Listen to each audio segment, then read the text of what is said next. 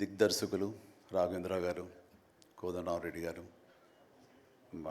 Gopal, young directors like Bobby, Vasishta, like నా నిర్మాతలు అల్లు అరవింద్ గారు, అశ్విని దత్ గారు, కెఎస్ రామారావు, శ్యామ్ ప్రసాద్ రెడ్డి, జెమినీ కిరణ్, తమ్మారెడ్డి భరద్వాజ్ గారు, అలా యంగ్ ప్రొడ్యూసర్ విక్కీ అండ్ పాత్రికేయ మిత్రులకు, అలాగే నా బ్లడ్ బ్రదర్స్, బ్లడ్ సిస్టర్స్, నా హృదయపూర్వక నమస్కారం. సో ఫస్ట్ ఆఫ్ ఆల్ ఈ ఈవెంట్ ఇంత గ్లామర్గా, ఇంత మెమొరబుల్గా ఉంది అంటే దానికి ప్రధానమైన కారణం నా మిత్రుడు Aamir Khan. Aamirji, thank you so much. And with a small message and a phone call, you made it. And your presence made this moment as a memorable moment. Really, thank you so much. And I never forget this gesture from your side. And about Guinness Book of World Records, then ఊహించండి. I never expected, never dreamt about Guinness Book of World Record, because Guinness Bookకి మనకి ఏంటి సంబంధం అనే ఒక ఆలోచన ఏమైనా ఉంటుంది కదా సహజంగా. అలాగే నాకు అలాంటి ఆలోచన ఏమి లేదు. అలాంటిది నేను ఎదురు చూడనటువంటి ఒక గొప్ప ఆనర్ ఈ రోజున నా జీవితంలో నా ఈ సినీ ప్రస్థానం సంబంధించి తారసపడినందుకు ఆ భగవంతుడికి, దానికి కారణభూతులైన మా దర్శక నిర్మాతలకు, నా అభిమానులకు ఎప్పుడు నేను రుణపడి ఉంటాను. Thank you so much.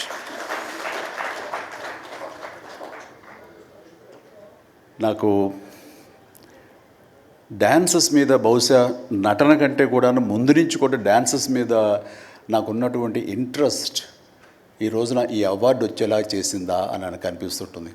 ఎందుకంటే ముందు నటనకి శ్రీకారం చుట్టే కంటే, ఓనమాలు దిద్దుకునే దానికంటే నేను ఫస్ట్ డ్యాన్స్కి నేను ఓనమాలు దిద్దానేమో అనిపిస్తుంటుంది. నా చిన్నప్పుడు మా చుట్టూ ఉండే వాళ్ళని ఎంటర్టైన్ చేయడం కోసంగా ఈవినింగ్ అయ్యేసరికి అప్పట్లో ఉండే వివిధ భారతి కానీ, లేకపోతే శ్రీలంక సిలోన్, రేడియో సిలోన్ కానీ, వీటిల్లో వచ్చే కొన్ని తెలుగు పాటలకి అదే మా source of inspiration. Recording songs అవి రావడానికి అప్పుడు గ్రామ్ ఫోన్లు కానీ, టేప్ రికార్డులు కానీ ఇవన్నీ కూడా ఉండే పరిస్థితి కాదు ఆర్థికంగా. అలాంటి వారానికి ఒకసారి రేడియోలో ఎప్పుడు పాటలు వస్తాయా అని అందరూ ఎదురు చూసేవాళ్ళు. రాగానే శంకర్బాబుని పిలవండి, డ్యాన్స్ వేస్తాడు, మనల్ని అలరిస్తాడు అని వాళ్ళందరూ ఉత్సాహంగా ఉంటే, వాళ్ళ ఉత్సాహానికి నేను మరింత ప్రోత్సాహంగా తీసుకుని దాన్ని డ్యాన్స్లు వేస్తుండేవాడిని. అట్లాగా అవి డ్యాన్సులు అంటారా, బాడీ కదలిక అంటారా ఏమో తెలియదు, ఒక ఎనర్జీగా అవి ప్రజెంట్ చేయటం అనేది ఒక్కడే తెలుసు నాకు. 7th class, 6th class, 8th class ఆ ప్రాంతంలో.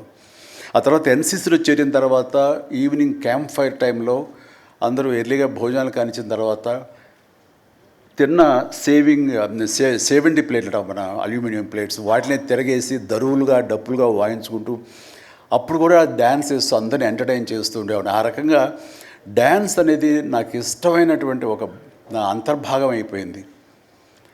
అలాగా డ్యాన్స్లు నేను వేరుగా ఎప్పుడు చూడను, ఎప్పుడు హుషారు ఉన్నా సరే అందుకంటే ముందు లేచిపోయి డ్యాన్సెస్ వేయటం అనేది మ్యూజిక్ అనుగుణంగా బాడీని మార్చుకోవడం జరిగింది. అంటే ఫస్ట్ పిక్చరు నేను వెళ్ళినప్పుడు అక్కడ సరదాగా నా రూమ్లో నేను డ్యాన్స్ వేస్తుంటే నా కోస్టార్స్ ఆర్టిస్ట్ వాళ్ళు చిరంజీవి డ్యాన్స్ వేస్తాడు అని అంటే అవునా అని వాళ్ళందరూ చేయాలంటే అందులో సావిత్రి గారు ఉండేవారు, రోజారామణి, కవిత, ఇలాంటి యాక్టర్లు అందరూ ఉండేవాళ్ళు, నరసింహరాజు ఇలాంటి వాళ్ళందరూ ఉన్నప్పుడు వర్షం పడుతుంది.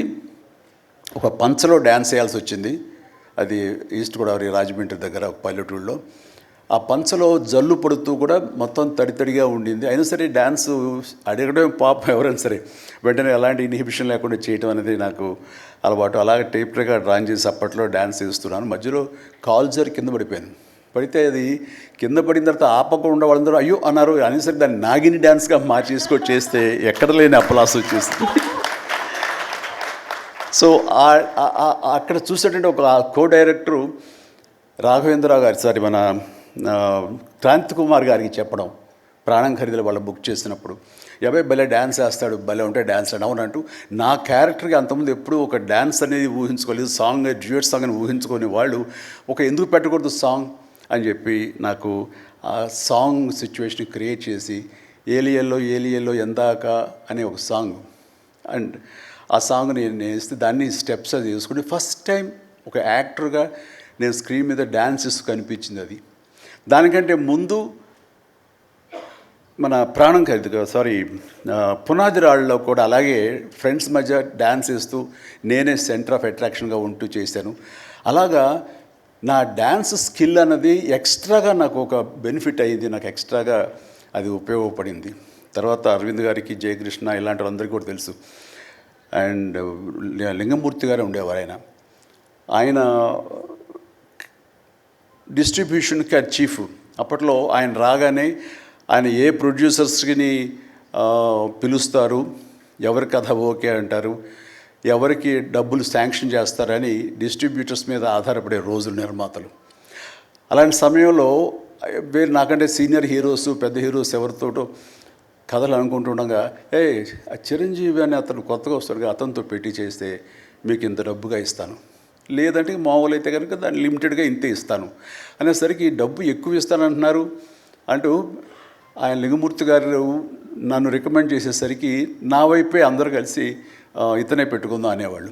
అతను ఏంటంటే ప్రజానాడి, ఆడియన్స్ ఏమనుకుంటున్నారు, ఆడియన్స్ ఇతను సాంగ్స్ కోసంగా పదే సినిమాలకు వస్తున్నారు, ఇలాంటి వాడితో సినిమాలు తీస్తే మనకి 4 డబ్బులు వస్తాయి కదా, కమర్షియల్గా వైబుల్గా ఉంటుందని ఉద్దేశంతో ఆయన ఆ రకంగా అప్పట్లో నా ప్రొడ్యూసర్తో అనడం, అండ్ వాళ్ళు కూడా నన్ను ఆప్ట్ చేయటం నాకు ఆ రకంగా డ్యాన్సెస్ అనేది ఒక ఎడ్జిని తీసుకొచ్చింది.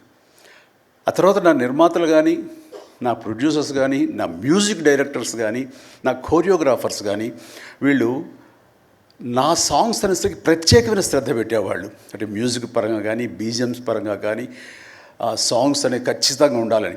దత్తు గారితో నాకు ఎప్పుడు దెబ్బలాటాయి.